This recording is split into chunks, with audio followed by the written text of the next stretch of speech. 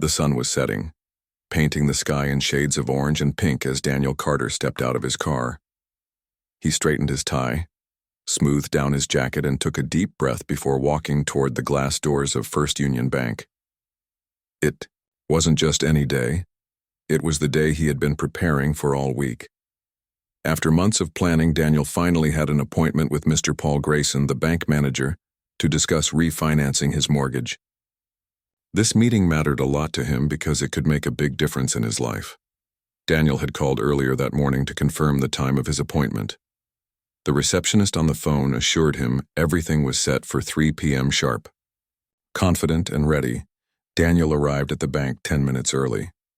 As he pushed open the heavy glass door, a small bell rang softly above his head, announcing his arrival. Inside, the air smelled faintly of polished wood and fresh paper. The lobby was quiet except for the low hum of conversation coming from behind closed office doors. A young woman named Linda sat behind the reception desk. Her blonde hair was neatly tied back, and she wore a polite smile that seemed rehearsed rather than genuine. She looked up as Daniel approached and greeted him, with a nod. "Hello, sir, how can I help you?" she asked, her voice calm but distant. "I'm here to see Mr. Grayson," Daniel replied, keeping his tone friendly. "I have an appointment at 3. Linda glanced down at her computer screen, tapping a few keys before looking back at him. For a moment there was silence, and Daniel noticed her expression change slightly. She hesitated, then said, "Oh yes. Mr. Grayson is expecting you, but he's currently occupied right now. If you'd like, you can take a seat over there, and I'll let him know you're here." Daniel frowned inwardly, but decided not to press the issue. He thanked her and walked over to the waiting area, which consisted of a row of chairs lined against the wall. There were no other customers sitting there, so he chose a spot near the window where he could watch the world outside pass by. On the table next to him lay a stack of old magazines, their covers faded from years of use. He picked one up absently, flipping through its pages without really reading anything. Time ticked by slowly. 5 minutes passed, then 10. Still, no one came to fetch him. Through the frosted glass windows of Mr. Grayson's office, Daniel could see shadows moving, people talking, papers being shuffled around, but no sign of anyone paying attention to him. He checked his watch again. 15 minutes late now. His patience began to wear thin, but he reminded himself to stay calm. Maybe this was just a busy day for the bank. 20 minutes turned into 30. By now, irritation bubbled beneath Daniel's surface. He leaned forward in his chair, trying to catch Linda's eye, but she seemed deliberately focused on her computer screen or shuffling papers. Finally, unable to wait any longer, he stood up and approached the desk once more. "Excuse me," he said, forcing a smile. "I've been waiting for quite some time. Is there any update on when Mr. Grayson will be available?" Linda looked up, startled, as if she hadn't noticed him standing there. "Oh, She fumbled for words, glancing nervously toward the manager's office. "He's still busy, sir. But I promise I'll let him know you're waiting." Daniel nodded stiffly, feeling a mix of frustration and unease. Something about the way Linda avoided making direct eye contact bothered him. He returned to his seat, crossing his arms tightly across his chest. Another 15 minutes dragged by, and still nothing happened. Just as he was about to get up again, the door to Mr. Grayson's office opened and a white couple walked out, smiling and chatting animatedly. They hadn't even been in the waiting area. They must have come straight in after arriving. Daniel watched them leave, his jaw tightening. Why were they seen immediately while he continued to sit ignored? He couldn't ignore the sinking feeling in his stomach. Was this happening because of the color of his skin? He tried to push the thought away, telling himself maybe they had an emergency or something urgent. But deep down, he knew better. Over the years, he'd faced similar situations too many times to count. People often underestimated him or treated him differently simply because he was black. 45 minutes passed and Daniel's patience was nearly gone. He stood up decisively and marched back to the reception desk. "Listen," he said firmly, leaning closer to Linda. "I've been waiting for nearly an hour now. Can you please explain why I haven't been seen yet?" Linda flinched under his gaze stammering as she replied, I already told Mr. Grayson you're here. He's just very busy today, lots of meetings. Her evasive answer only fueled Daniel's anger. Busy enough to ignore someone who has an actual appointment? He shot back, his voice rising slightly. This isn't acceptable. Either you tell him I'm here right now, or I'll speak to someone higher up. Linda's face flushed red, and she quickly picked up the phone, dialing an extension. After a brief, muffled conversation, she hung up and looked at Daniel apologetically. Mr. Grayson says he'll be with you shortly, she murmured, avoiding his eyes. Daniel sighed deeply and went back to his seat, feeling both angry and defeated. What was supposed to be a simple meeting had turned into a test of endurance. He glanced around the nearly empty bank, wondering if anyone else noticed how unfairly he was being treated. Most employees kept their heads down, pretending not to see him. Just as Daniel was considering leaving altogether, the front door of the bank burst open and a group of sharply dressed individuals strode in. They carried themselves with authority, their expensive suits and confident strides marking them as important figures. Leading the pack was Richard Hayes, the chairman of the board of directors. Behind him were Susan Bennett, John Miller, and a few others whose names Daniel didn't recognize. Their sudden arrival caused a stir among the staff, who scrambled to greet them respectfully. Mr. Grayson emerged from his office almost instantly, his face breaking into a wide smile. "Welcome, everyone," he exclaimed, extending his hand to shake theirs. "What brings you here today?" "We're here for an impromptu review," Richard Hayes announced, his voice commanding attention. "Thought we'd drop in and see how things are running." As the group moved further into the bank, Susan Bennett paused, her sharp eyes scanning the room.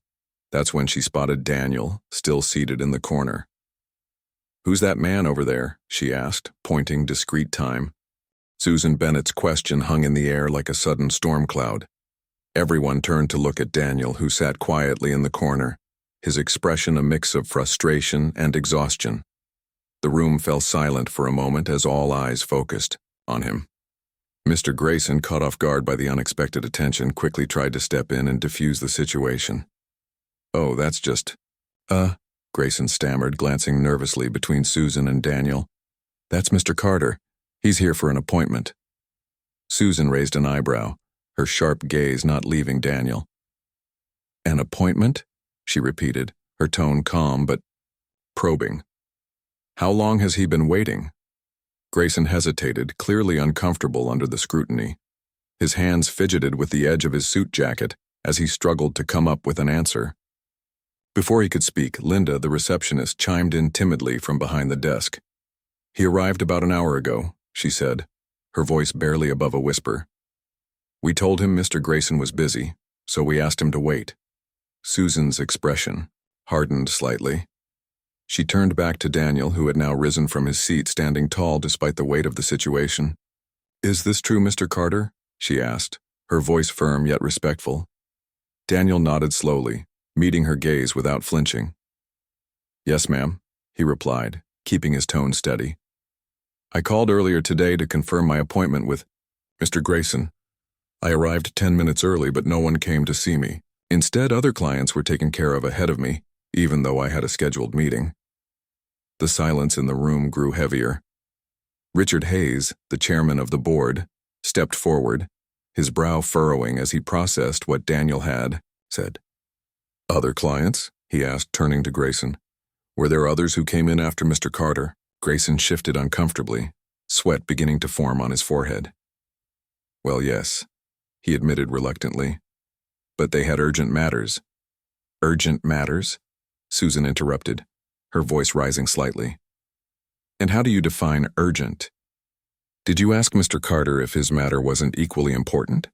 Grayson opened his mouth to respond, but closed it again when he realized there was no good defense. He glanced around the room, looking for support from his colleagues, but their faces remained impassive. John Miller, another board member, leaned against the wall with his arms crossed, watching the scene unfold with a critical eye. Daniel decided to speak up before Grayson could try to explain himself further. "I understand that running a bank can be hectic," he said, addressing the group directly. But I've been sitting here for over an hour while others were prioritized. It's hard not to notice the pattern. His words carried a quiet strength, forcing everyone to confront the reality of the situation. Susan studied Daniel carefully, her demeanor softening slightly. "Thank you for sharing that, Mr. Carter," she said. Then, turning to Grayson, she added, "This is unacceptable behavior. We pride ourselves on treating every client fairly, regardless of background or circumstance. What happened here today goes against everything our institution stands for." Grayson's face flushed red and he began to stutter out an apology. I didn't mean any disrespect, truly. It was just a misunderstanding." "A misunderstanding?" Richard Hayes echoed, his voice cutting through the tension like a knife. He fixed Grayson with a stern glare. "Let me remind you, Paul, that misunderstandings like this damage trust, and trust is the foundation of banking. If people don't feel valued and respected, they won't want to do business with us." The weight of Hayes's words settled heavily on Grayson, who looked visibly shaken. For the first time since the confrontation began, he seemed genuinely remorseful. "You're absolutely right, sir," he said, his voice trembling. "I take full responsibility for this. I'll make sure it doesn't happen again." Daniel listened silently as the exchange unfolded. While he appreciated the acknowledgement, he couldn't help but feel skeptical. He'd heard apologies like this before, empty promises made to smooth things over without leading to real change. Still, he chose to stay calm and composed, knowing that losing his temper wouldn't solve anything. John Miller, who had been observing quietly until now, finally spoke up. "It's not enough to say sorry," he said, his deep voice carrying authority. "Actions speak louder than words. How do you plan to address this, Paul? Because if this kind of thing happens again, it won't just reflect poorly on you. It'll reflect poorly on all of us."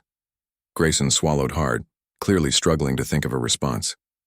I'll personally handle Mr. Carter's case, right away," he promised.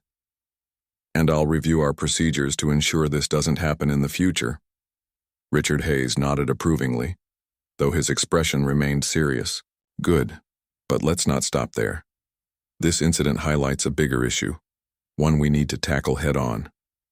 Starting tomorrow, I want everyone on the team to undergo sensitivity training. We'll also implement stricter protocols for handling appointments. If someone has a scheduled meeting, they get priority, no exceptions." The announcement was met with murmurs of agreement from the other board members. Susan turned back to Daniel, her expression thoughtful.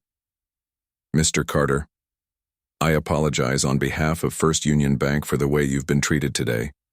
Please, know that we value your business and are committed to making things right." Daniel nodded slowly, appreciating the sincerity in her tone. "Thank you," he said simply. "I hope this experience leads to meaningful change, not just for me but for others who might find themselves in similar situations." With that, the atmosphere in the room began to shift. The tension eased slightly as Grayson ushered Daniel into his office to finally discuss the refinancing matter. As they walked away, the board members gathered together to talk about next steps. Susan lingered for a moment, watching Daniel disappear behind the frosted glass door. There was something about his quiet determination that left a lasting impression on her. Once inside the office, Grayson wasted no time getting down to business. He pulled out Daniel's file and began reviewing the details of his mortgage application. Though his manner was polite and professional, Daniel couldn't shake the feeling that the apology was more about saving face than genuine remorse. Still, he focused on the task at hand, determined to resolve the issue that had brought him to the bank in the first place. As the meeting progressed, Grayson seemed eager to prove himself. He answered Daniel's questions thoroughly and offered several options for refinancing, explaining the pros and cons of each choice. Despite his earlier frustration, Daniel found himself impressed by Grayson's knowledge and willingness to assist. Perhaps there was hope for improvement after all. Meanwhile, outside the office, the board members continued their discussion. They agreed that transparency would be key moving forward. Richard Hayes suggested issuing a public statement acknowledging the incident and outlining the steps the bank planned to take to prevent such occurrences in the future. Susan supported the idea, adding that they should also reach out to local community organizations to build stronger relationships and foster trust. By the time Daniel emerged from Grayson's office, the mood in the bank had changed significantly. Employees moved about with renewed purpose, acutely aware of the scrutiny they were under. Even Linda, the receptionist, greeted him with a warm smile as he passed by the desk. Though the day hadn't gone as planned, Daniel felt a sense of accomplishment. He had stood up for himself and sparked a conversation that might lead to positive change. As he walked out of the bank and into the cool evening air, he allowed himself a small smile. The road ahead wouldn't be easy, but he knew that speaking up, even in the face of discomfort, was always worth it. And so, the events of that afternoon became a turning point, not just for Daniel, but for First Union Bank as well. Change rarely comes overnight, but sometimes, a single moment of courage can set the wheels in motion. The next morning, news of the incident at First Union Bank began to spread like wildfire. Local newspapers picked up the story after an anonymous tip from one of the bank employees who had witnessed the confrontation between Daniel Carter and Mr. Grayson. The headline read, "Black client forced to wait hours while others get priority." It was a bold statement that grabbed attention across Willow Creek and beyond. At first, Daniel didn't know about the article. He woke up early, brewed himself a cup of coffee, and flipped through his usual routine without realizing how much things were about to change. But by mid-morning, his phone started buzzing nonstop. Friends, family members, and even acquaintances he hadn't spoken to in years called or texted him, asking if the story was true.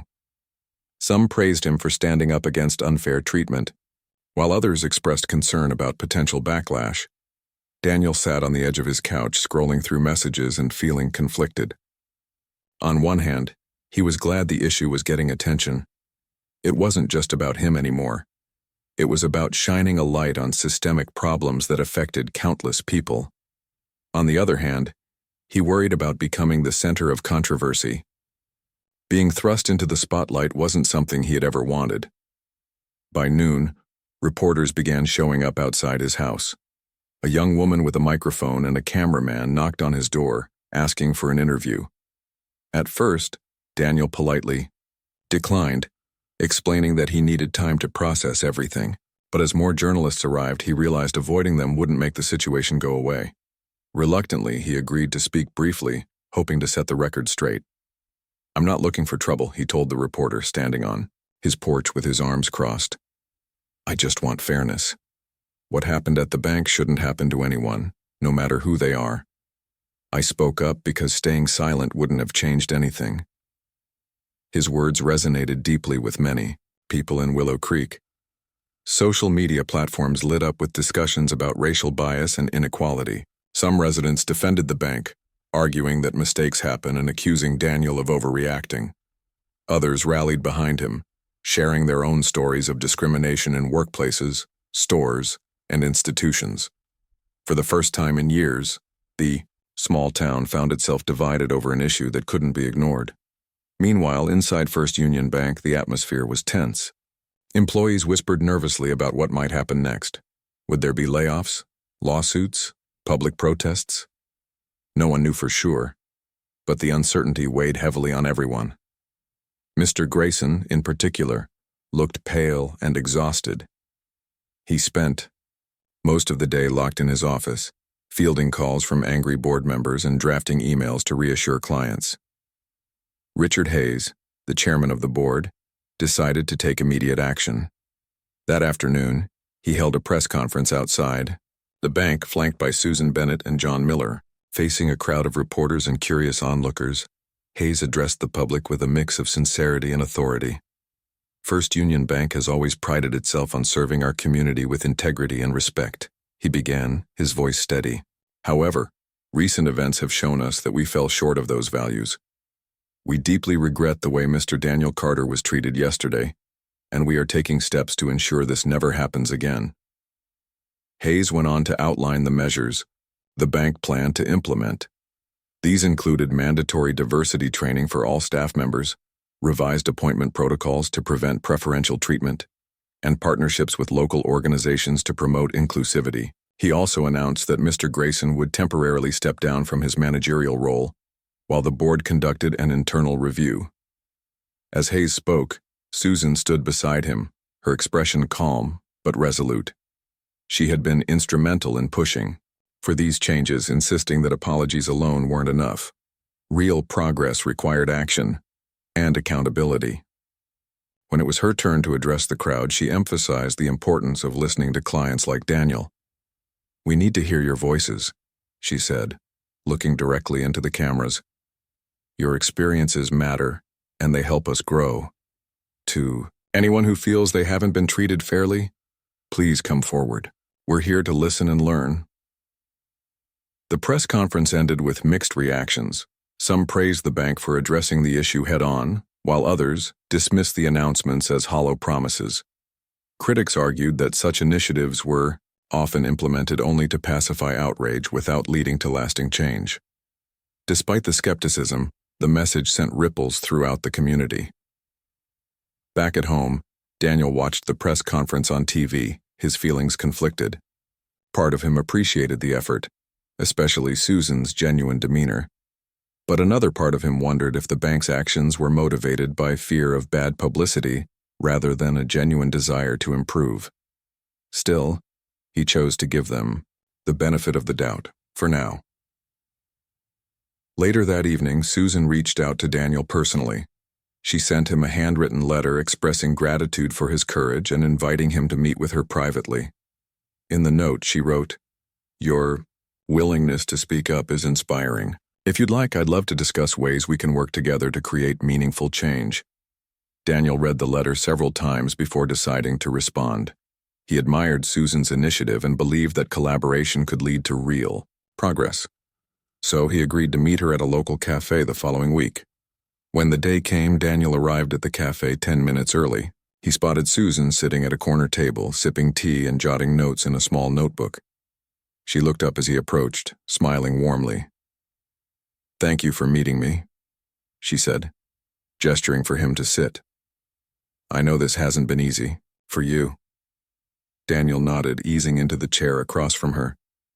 "It hasn't," he admitted, "but I think it's important to keep the conversation going. Too often these issues get swept under the rug." Susan leaned forward, her eyes filled with determination. "That's exactly why I wanted to talk to you. This isn't just about fixing what went wrong at the bank. It's about creating a culture where everyone feels valued. And I believe you can play a key role in that." Over the next hour, they discussed ideas for fostering inclusivity within the bank and the broader community. Susan suggested forming a committee of local leaders to oversee the bank's efforts and hold them accountable. She also proposed hosting workshops and forums where residents could share their experiences and offer feedback. Daniel listened intently, impressed by Susan's vision. Though he remained cautious, he couldn't deny the potential impact of her proposals. By the end of their meeting, they had drafted a rough plan to present to the board, focusing on transparency, education, and community engagement. As they parted ways, Susan shook Daniel's hand firmly. "Thank you for trusting me," she said. "Together we can make a difference." Walking back to his car, Daniel felt a flicker of hope. The road ahead would undoubtedly be challenging, but he knew that change rarely came easily. For the first time in days, he allowed himself to believe that maybe, just maybe, this moment could mark the beginning of something better. And so, life in Willow Creek continued, shaped by moments of tension and glimmers of progress. For Daniel Carter, the ordeal became a catalyst, not just for personal growth but for sparking conversations that challenged the status quo. Though the journey was far from over, he took comfort in knowing that his voice had sparked a movement, however small, toward a more equitable future. In the weeks following the incident at First Union Bank, Daniel Carter found himself at the center of a whirlwind of activity. The story had spread beyond Willow Creek, drawing attention from neighboring towns and even regional news outlets. People were talking, some in support of Daniel, others criticizing the bank, and a few dismissing the entire situation as overblown. But for Daniel, life didn't slow down. If anything, it sped up. The meeting with Susan Bennett had left him Cautiously optimistic, her ideas seemed genuine, and her willingness to involve him in shaping the bank's future gave him a sense of purpose. Still, he knew that plans on paper often fell short when it came time to put them into action. He decided to stay engaged, attending meetings with Susan and other community leaders to discuss how to move forward.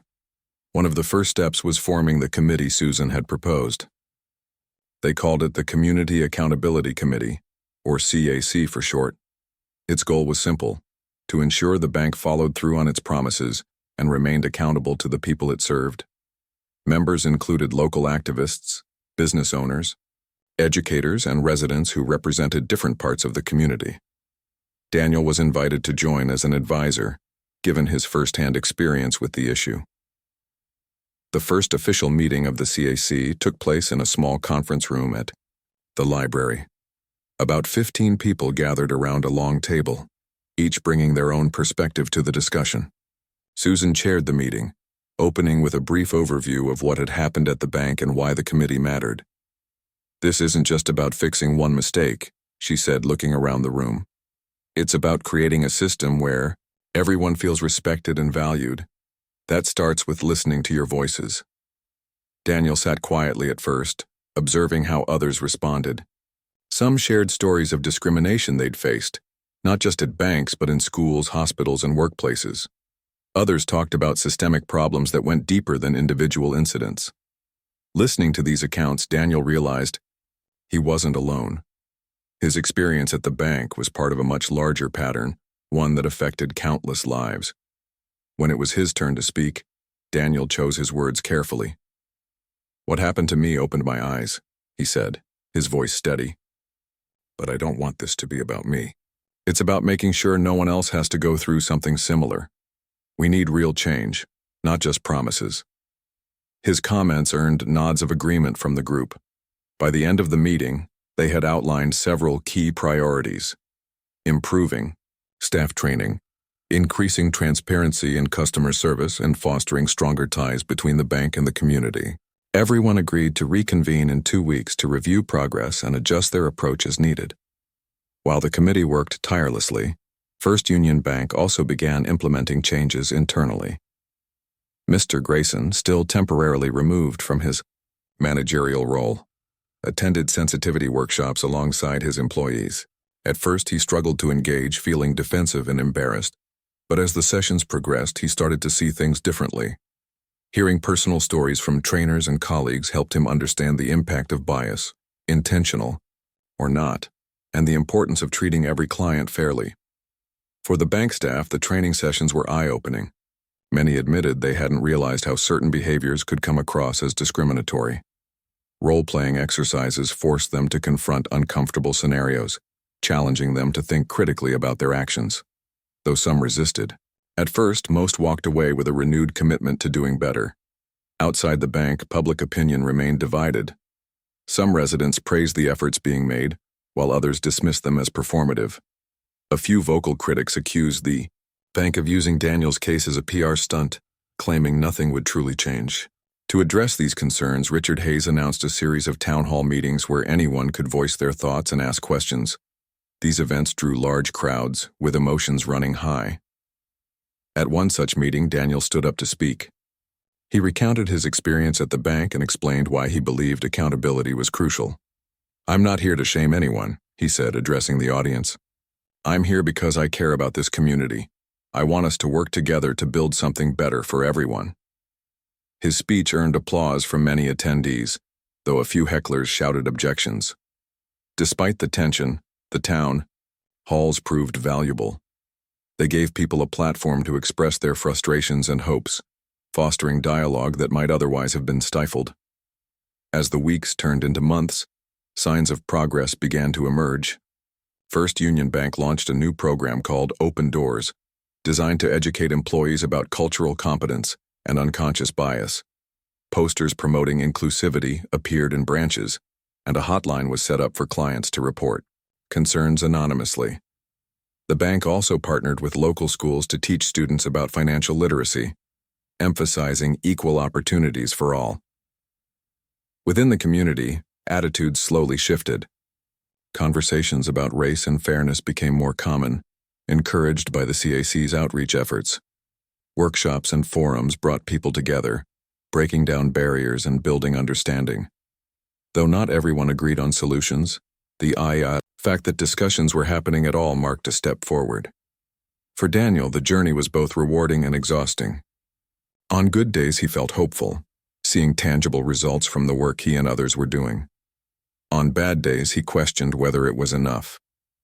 Would these changes last, or would they fade once the initial buzz died down? Only time would tell. 1. Evening, as he sat on his porch watching the sunset, Susan stopped by unannounced. She carried a folder filled with updates from the bank and the CAC. Sitting beside him, she smiled warmly. "You've done so much," she said, handing him the folder.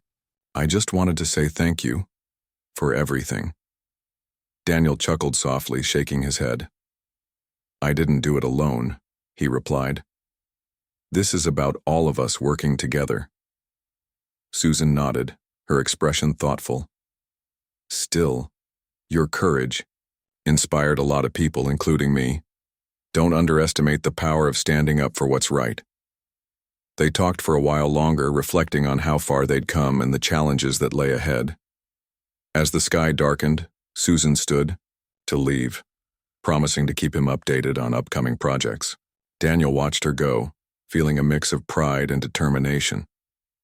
Though the road to true equality was long, Daniel knew that every step counted.